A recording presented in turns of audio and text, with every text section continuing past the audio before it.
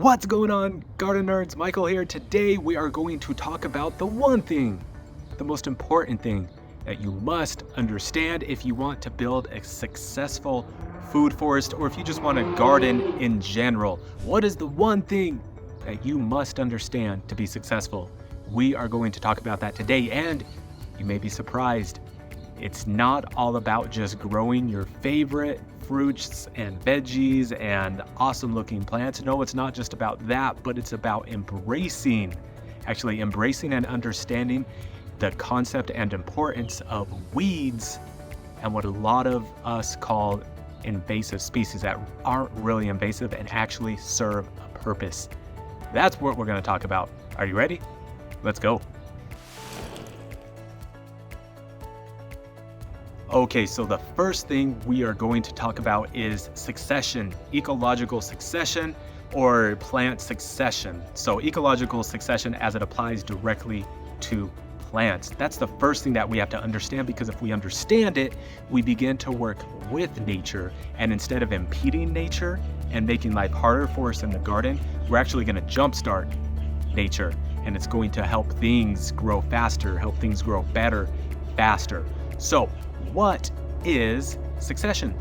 So succession is the natural process which ecosystems slowly evolve through, right? There's early succession, there's mid succession, and then there's late succession. In early succession, we're dealing with dirt. There's no soil. And we're dealing with weeds and invasive species and things to that nature. With mid succession, okay, now we're getting more into some trees, we're getting into larger shrubs, and we're getting into better trees and shrubs, maybe even some that give us food. And then in late succession, right, that's when we're in our full evergreen forests that have been there forever, our old growth forests. That's ecological succession as it relates directly to plants. The process through which any ecosystem evolves is called succession. This is what's been happening since the beginning of the earth, right? Whatever billions of years, millions of years, whatever you think, whatever science you believe, the earth has been around for a very, very long time, and it has always followed this ecological succession. It's always happened. Okay, as it directs relatedly to plants, it is important to understand, and what we're going to talk about, that early succession, in the very beginning, the soil is very bacterial based, right? Bacterial dominated. There's almost all bacteria and no fungi. Okay, but as we move along this progression, as we get to mid succession, okay, now that fungal level is getting higher up there. The ratio is getting closer to being a 1-to-1 ratio. And then by the time we get to late succession, okay, now these old growth forests are very fungal dominated, and there's not nearly as much bacteria as compared to the fungi. So that's kind of the process as it goes from the ratio over here in the beginning, all bacteria, over here on the end, still bacteria, but a lot more fungi. And one thing, and you're going to start to see that is very important to point out, is where do weeds thrive? Weeds thrive in early succession in a very bacterial dominated soil. That's what weeds love, a bacterial dominated soil. That's where weeds are going to grow. What do weeds not like? A very fungal dominated soil. Weeds are not going to grow there in a very fungal dominated system or soil. Okay, so let's go into a little more detail on each category, right? So let's start with early succession. This is the very beginning, when it's not even soil, but it's more like dirt. There's no life. However, as things change, we get more bacteria, and now we get a little bit of life in that dirt. So now it becomes soil, even if it's just a little bit of soil, okay? So now we can start to get those invasive species. We can start to get those weeds, like clover and dandelion and other things that can start to come in and grow during this very early succession period, right? They are essentially the only things that will grow in this type of soil. So they come in, they start growing. Some of these weeds are compaction, aerators. So they're coming in and they're sending their roots down, and they're aerating the soil. They're opening it up so it's not so compacted. At the same time, some of these invasive species and even the weeds are growing and then dying, adding organic material to the soil. So slowly but surely, these things are growing, even as ugly as they may be, even if we view them as invasive species that grow with no water, right? These things are serving a purpose. They're starting to jumpstart, kickstart that soil and bring it to life. So we can see the very important process that weeds and invasive species play as we start to build the soil in our food forest, or even as nature starts to build the soil naturally, as it has been doing for billions of years. Okay, and now in mid-succession, now we kind of have that life going, right? The weeds are adding, they're decompacting the soil, the weeds are adding life. Now we're getting some invasive species that are growing, again, growing out far, growing deep, decompacting the soil, so that organic matter that's falling to the ground, the life can come up and grab it, pull it down into now the decompacted soil. So we're starting to see some action, right? We're starting to see things happening. There's life in the soil. Now we can add some of the more desirable. Now we can get into some trees. Now we can get into the vegetables. Now we can get into the shrubs. So we're starting to add more and more. And maybe now some of those weeds are starting to disappear. Or maybe now some of these shrubs are starting to shade them out and these weeds aren't growing, right? We still have our very native invasive species that are growing, and we're using those, we're chopping them, they're falling to the ground, and now we're in mid-succession, right? We're starting to see a lot more life in the soil, and that bacteria to fungal ratio is starting to change, right? We're starting to see a little more fungal activity, some fungal biomass. We're almost getting up to that 1-to-1 ratio. So things are starting to change now in mid-succession. And now we are in late succession. This is where we want to be, because this is a self-sustaining period, right? We don't have to do much here at all, because now we have a very fungal dominated soil, right? And so there's life in there. There's the right kind of life that we want in there. We have tons of organic material now that is constantly falling to the ground. We had photosynthesis happening with these large growth trees, old growth forest, right? So now we have tons of area to photosynthesize and get more carbon, more sugars into the ground, which is attracting more life. And this life is spreading out through a fungal network, mycelium, right? And it's bringing all these nutrients back, and we just have the perfect mix of bacteria to fungal soil and life that is able to turn all of these nutrients in the soil into plant available nutrients, and it's just a self-sustaining system to where we don't really have to do much at all. This is where we want to be. This is late succession. So what does all of this have to do with you and growing in your own backyard, right? You can see what are some sunflowers, and I have pomegranate back there, and a Barbados cherry, and an apple tree. What does all of this have to do with me growing in my backyard? So remember everything we just said, and now I am going to give you 4 things that you can do to kind of jumpstart the succession plan, right? Jumpstart, so you can get from early succession to late succession sooner rather than later. What are the 4 things you can do? So the first thing that you can do is stop using weed killer. Just stop killing weeds with poison.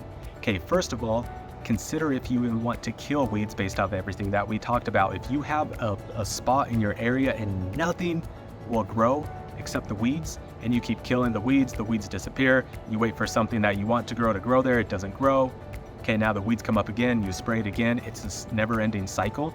Maybe next time, just let the weeds grow. Let them decompact the soil. Let them bring some life into the soil. Let their organic matter at least fall to the ground and add organic matter to the soil and see what happens. That's what I've been doing in my yard, because I've had a lot of disturbance in my yard. We did a lot of remodeling. There was paint in the soil. There was other things, a bunch of just pollutants all over, and the weeds kind of took over. I've embraced the weeds. As I've embraced the weeds, I've seen them move into areas that were just dirt, turn it into soil, and now some of my grass is growing in, some of my clover is growing in. The ground cover that I want to be growing is growing. So that's the first thing. Consider if you, 1, don't even want to use weed killer, but 2, just let the weeds be. Remember where we talked about weeds thrive in a bacterial dominated soil. That's where weeds thrive. Guess what weed killer kills? Weed killer kills fungi. Okay, it kills a little bit of bacteria, but not nearly as much as it kills fungi. And so what is it doing every time you spray the ground. You're getting rid of the weed temporarily, but you are creating a soil or a dirt where weeds are going to thrive. So the problem is your soil life, the soil biology. You don't have enough fungi. You think the weeds are the problem. No. The problem is you have bad soil. The weeds are a cause of that bad soil, and you keep spraying the soil and creating an environment where weeds want to be. So that's the first thing. Just don't use weed killer, guys. Don't use them at all. And go even one step further. Consider leaving weeds in places where it's not a big deal. It's actually going to help in the long run. And the second thing that you can do to help this process, the succession, happen a lot faster and to get to your food forest of your dreams is say yes to weeds and to invasive species. We just talked about why you should say yes to weeds, not just no to weed killer, but yes to weeds. Again, weeds are helping us build soil, right? And so as long as they're not unsightly, and as long as you don't let them go to seed, right? So I let a lot of the weeds stick around, as I said, but always if I see them getting big and about to go to seed, then I'll go and pull them out, right? I just pull them out naturally. I don't do anything else, and I get rid of them. That way it's not spreading the seed all over, but the weeds that are already there, I'm letting them stay there.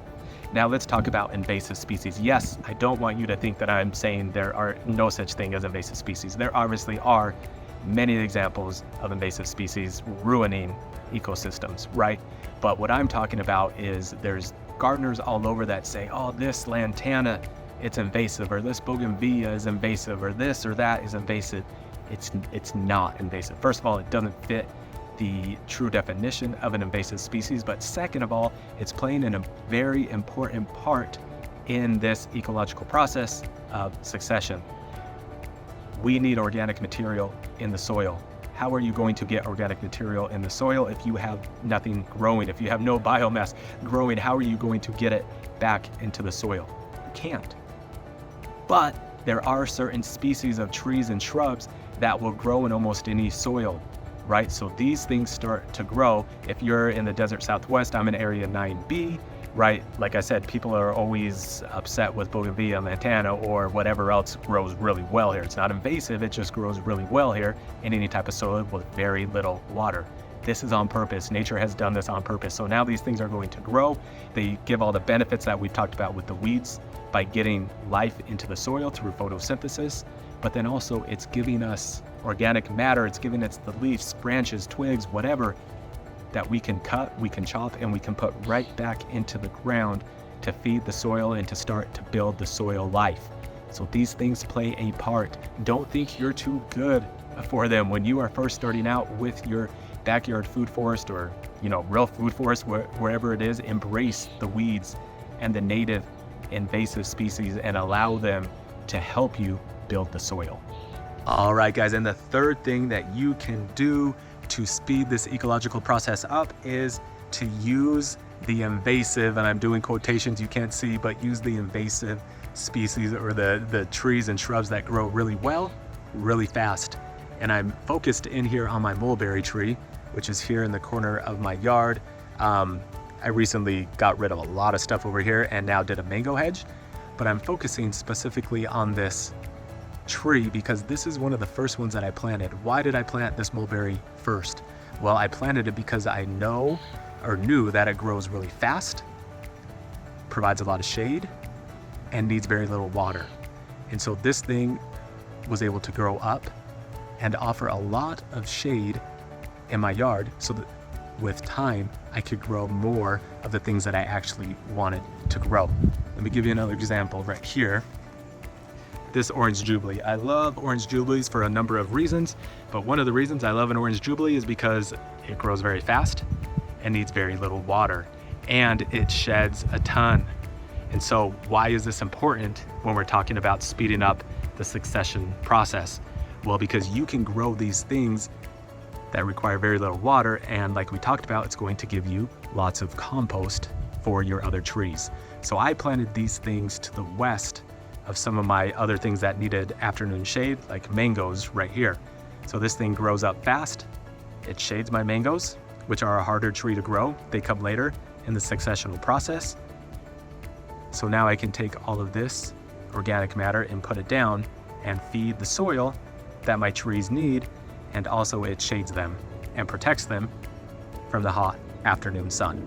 So we can use these types of invasive species or fast-growing species that will grow with no problem to help this process along in our own yard. For example, that is a pomegranate tree. That is the first fruit tree I ever planted. I hacked it way back this winter, but I have used that to shade and help other things grow throughout the process of developing my backyard garden. So we can use these fast-growing, easy things, even native species like I've talked about, bougainvillea, things to that nature, that maybe aren't that pretty and drive us crazy, but they actually do serve a purpose.